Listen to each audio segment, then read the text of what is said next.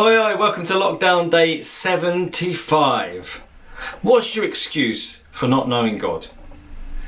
As we celebrate 3/4 of a century of lockdowns, unbelievable, I can't believe we're still here. You're probably wishing that I didn't keep popping up on your Facebook feed, giving you this crazy information, but I really pray that this would speak to you, would challenge you, would change you, would lift you to Jesus, that if you don't know Jesus, you would get to know him, and if you do know Jesus, you would be set on fire and sold out for him.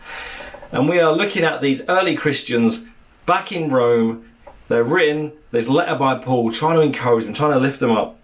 But you know, so often people will say to me, and I'm sure you've heard it, that, oh, well, where's the evidence for God? Where's the proof for God? Even today, in fact, someone commented on our What is a Christian video and said, a Christian equals someone who's deluded and they have no faith or any logic using science or evidence. So I replied, well, actually, it's kind of a shame that you say that, because a lot of the top scientists in the world are followers of Jesus. Science and following Jesus are not incompatible. In fact, a lot of the people who were the early scientists were because of their faith in God and logic. I mean, there's a whole different argument. But it's very, very common that people will say, there's no evidence for God, why would I believe in him? Well, actually, the Bible begs to differ. It says this, Romans 1 verse 20, ever since the world was created, people have seen the earth and sky. That's as true for you as it is for me. No matter what country you're in, whether you're rich or poor, you have seen the earth and the sky. Through everything God made, people can clearly see his invisible qualities, his eternal power and divine nature. They have no excuse for not knowing God. Now, I am fortunate enough to live near the Peak District, some beautiful hills around here. I can get out and walk out and it's incredible. When you're out in creation, you have those moments of just wow, of awe, of how beautiful it is, how magnificent it is, how vast it is, how well designed it is, how well created it is.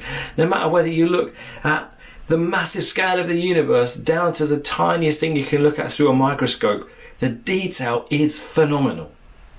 And it's that lifts you, makes you think, wow, there's got to be a God. I worship God when I'm out in creation, looking at how beautiful and how wonderful it is.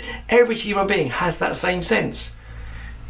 But people will bottle it up, will hold it down, will plug it down that there is no God. And actually, God has given them plenty of proof every day when they open their eyes. Their bright eyes? Every day when they open their eyes, every breath they take in their lungs, they're clearly designed.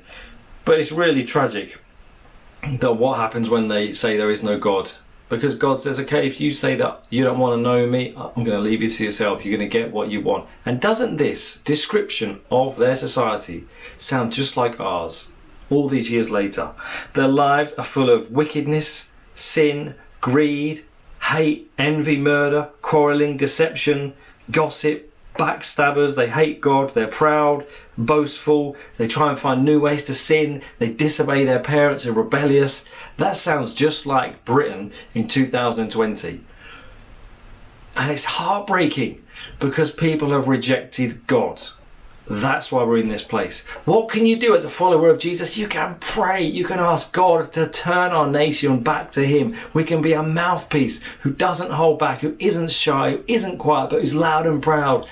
Look here, the Creator's coming back. You best be prepared to meet him. Give your life to Jesus. And if you're someone who previously has said, where's the evidence for God? Maybe today, just open your eyes.